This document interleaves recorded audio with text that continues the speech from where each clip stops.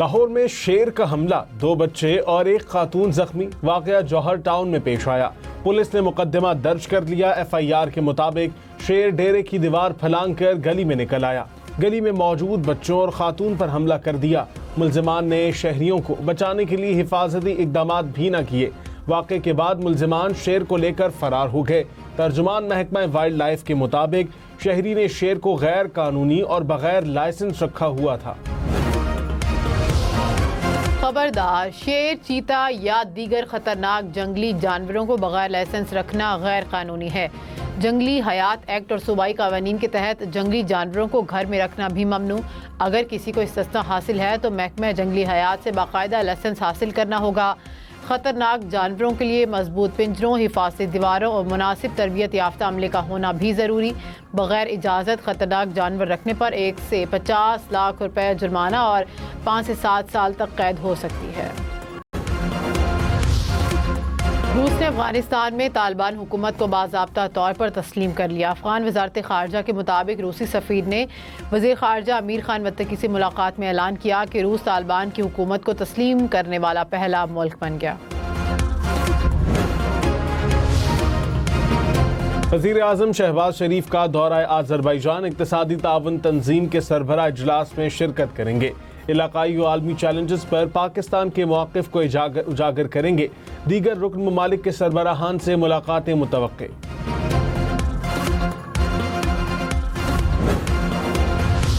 Governor Khyber Pakhtunkhwa Faisal करीम कुंडी ने कहा कि वज़ीर आज़म से मामूल की मुलाकातें होती रहती हैं। पता नहीं तहरीक इंसाफ को कहाँ से साजिश का ख्वाब आ जाता है। PTI अपने खिलाफ साजिश के लिए खुद ही काफ़ी है।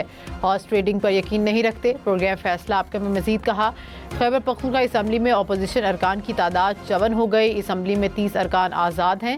अपोजिशन के नंबर्स पूरे हों तो अदम एतमाद हक है।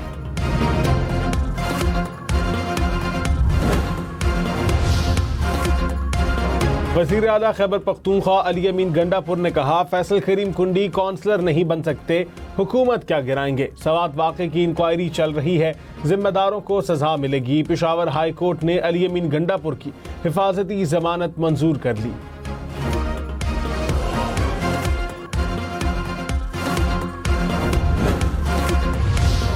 पंजाब असम्बली के मुअत्तल 26 अरकान के खिलाफ इलेक्शन कमीशन में रेफरेंस दायर। स्पीकर मलिक अहमद खान ने पीटे अरकान की नहली के लिए रेफरेंस फाइल किया। गैर पार्लिमानी अल्फाज, शोर शराबे, बदनज़मी पर कार्रवाई की सिफारिश। रेफरेंस में कहा कि अरकान ने जानबूझकर ऐवान की कार्रवाई में खलल डाला। शोर शराबे के बायस कार्रवाई मुअत्तल करना पड़ी। मलिक अहमद खान ने कहा कि हलफ की खिलाफ वर्जी आइन से इनहराफ है। तनख्वाहों में इजाफे पर तनकीद। स्पीकर अयाज सादिक का वज़ीर आज़म को खत। कहा, तनख्वाह के मामले से कोई ताल्लुक है न दिलचस्पी। तनख्वाह बढ़ाने का फैसला वफाकी काबीना और वज़ीर आज़म का है, मेरा नहीं। तनख्वाह का मामला वज़ीर आज़म पर छोड़ दिया। ज़राए के मुताबिक स्पीकर अयाज सादिक का ख्वाजा आसिफ के इल्ज़ामात का जवाब देने से गुरेज, बड़ी तनख्वाह लेने से भी इनकार। स्पीकर की तनख्वाह में इजाफे की समरी वजारत पार्लिमानी अमूर बनाती है। तर्जुमान कौमी असम्बली ने कहा कि स्पीकर या कौमी असम्बली सेक्रेटेरिएट का अमल दखल नहीं। वजारत पार्लिमानी अमूर की समरी की मंजूरी वफाकी काबीना ने दी। वज़ीर आज़म के मुशीर राना सनाउल्लाह ने कहा, शहबाज शरीफ ने अपोजिशन को तमाम मसाइल हल करने की दावत दी। नवाज शरीफ भी मुज़ाकरात के हक में हैं। हुकूमत ने बातचीत के लिए कोई शर्त नहीं लगाई। शहबाज शरीफ मुज़ाकरात से पहले नवाज शरीफ से इजाज़त लेंगे। महमूद अचकज़ई की हुकूमत को मुज़ाकरात की दावत। कहा कि कौमी हुकूमत बनाने के लिए शहबाज शरीफ से बातचीत के लिए तैयार हूँ। कौमी हुकूमत के अलावा मुज़ाकरात नहीं हो सकते। सबको मिलकर मुल्क को बहरान से निकालना होगा।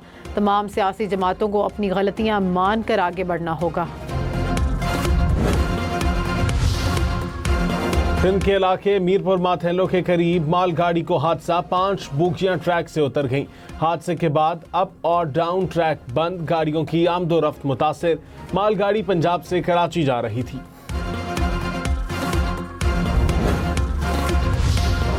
इस्लामाबाद में काले बादलों के डेरे। मुल्क भर में 6 से 10 जुलाई तक बारिशों का इम्कान। NDMA की आंधी, तूफान और सैलाब की वार्निंग।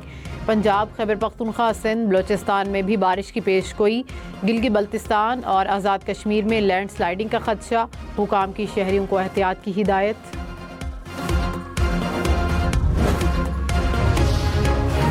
सिक्योरिटी गार्ड ने सयाहों को दरिया सवात में जाने से रोका। सयाह होटल के पीछे की तरफ से दरिया में गए। रेस्क्यू कॉल के 20 मिनट बाद हुक्काम जाए हादसा पर पहुंचे। कमिश्नर मालाकंड ने सानह सवात की रिपोर्ट जमा करा दी। कहा 17 सयाहों में से 4 को उसी वक्त रेस्क्यू किया गया। हादसे के बाद हर किस्म की माइनिंग पर पाबंदी आयद कर दी। सानिया स्वात का 8वां रोज डस्का के अब्दुल्ला की तलाश के लिए सर्च ऑपरेशन जारी। मुशीर इत्तलात खैबर पख्तूनख्वा बैरिस्टर सैफ ने कहा कि तहकीकात जारी हैं। जिम्मेदारों के खिलाफ कानून के मुताबिक कार्रवाई होगी। हेलीकॉप्टर पर स्वात पहुंचने के सवाल पर कहा कि जिस हेलीकॉप्टर में आए ये रेस्क्यू ऑपरेशन में इस्तेमाल नहीं हो सकता। चीफ सेक्रेटरी ने कहा कि सूबाई हुकूमत का हेलीकॉप्टर एयर एम्बुलेंस में तब्दील किया गया।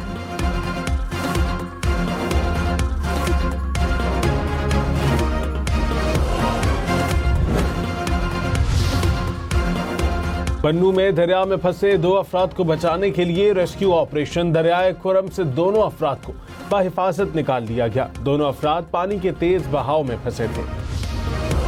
आशूरा के मौके पर 5 और 6 जुलाई को सरकारी छुट्टी होगी। वज़ीर आज़म की मंजूरी के बाद 9 और 10 मुहर्रम को तातीलात का ऐलान। नोटिफिकेशन जारी।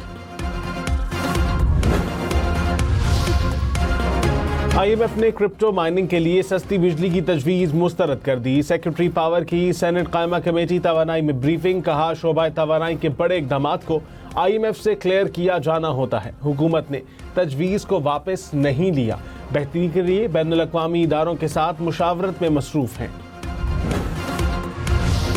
अमेरिका के साथ तिजारती डील के लिए मुज़ाकरात का पहला राउंड मुकम्मल। ज़राए के मुताबिक पाकिस्तान खाम तेल भी खरीद सकता है। मुज़ाकरात 1 माह से जारी। टैरिफ के मामले पर पेशरफ्त के लिए तवील वक्त दरकार। वसी फ्रेमवर्क पर दोनों ममालिक में बड़े मुआहदे मुतवक्के।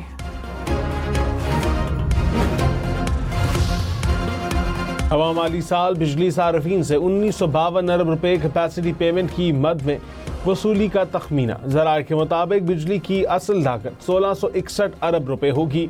सार्फिन 3768 अरब रुपए अदा करेंगे। बिजली निज़ाम के 164, पेशगी एडजस्टमेंट के 100 अरब, डिस्ट्रीब्यूशन के 391 अरब अलग वसूल किए जाएंगे। इस्लामाबाद में प्लॉट्स की ट्रांसफ़र फ़ीस में 3 गुना इजाफा। ज़राए के मुताबिक नई फ़ीस FBR की मुकर्ररा कीमत की 3% होगी। ये फ़ीस पहले 1% थी। टाइटल तब्दीली की फ़ीस FBR वैल्यू की 5% होगी। नए रेट्स का इत्तलाक हो गया। ज़र मुबादला के ज़खायर में बैरूनी कर्जों की वसूली के बाद बड़ा इजाफा। ज़र मुबादला के मजमूई ज़खायर की मालियत 18 अरब 9 करोड़ 11 लाख डॉलर्स हो गई। गुज़िश्ता हफ्ते के दौरान ज़र मुबादला के सरकारी ज़खायर में 3 अरब 66 करोड़ 30 लाख डॉलर का इजाफा हुआ।